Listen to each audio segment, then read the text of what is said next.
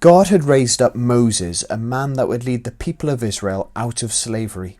He had sent down 10 plagues on Egypt, which had caused Pharaoh, the king of Egypt, to say that they could go.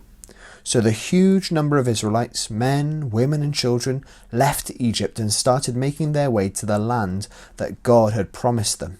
There were thousands of them, with animals too, and they were led by God. He sent a pillar of cloud to show them the way by day, and a pillar of fire led them by night. Back in Egypt, Pharaoh sat in his palace. He was angry. It hadn't taken long for Pharaoh to change his mind. Who would build his cities with his slaves gone? So he told his army to prepare their chariots. They would race towards the Israelites. The people of Israel had a sea in front of them. There was nowhere to go. They looked back and saw a huge, angry army galloping towards them. "What have you done to us, Moses?" they asked. "Why couldn't you just left us in Egypt?" What would they do? Well, God told Moses to stretch out his hand over the sea. And when he did, the sea split in two, and the people walked through on dry land. You see, God has power over everything.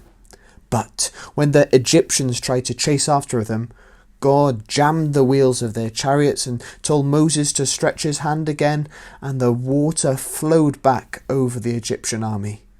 Oh, the people were safe. They celebrated and they sang and they trusted God once again. As they walked to get to this new land that God had promised them, they walked through the desert, and it was supposed to take 2 weeks. Now, there were no shops, no vending machines, no markets and no farms. Where would they get their food?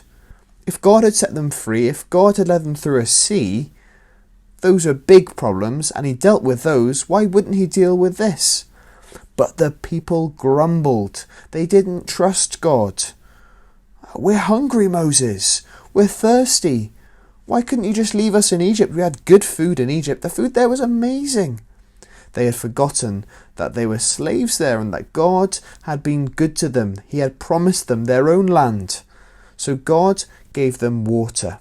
He gave them food every day. 6 days a week there would be a thing called manna, a special bread from heaven, which was tasty. And also quail, a sort of bird that they could hunt as well.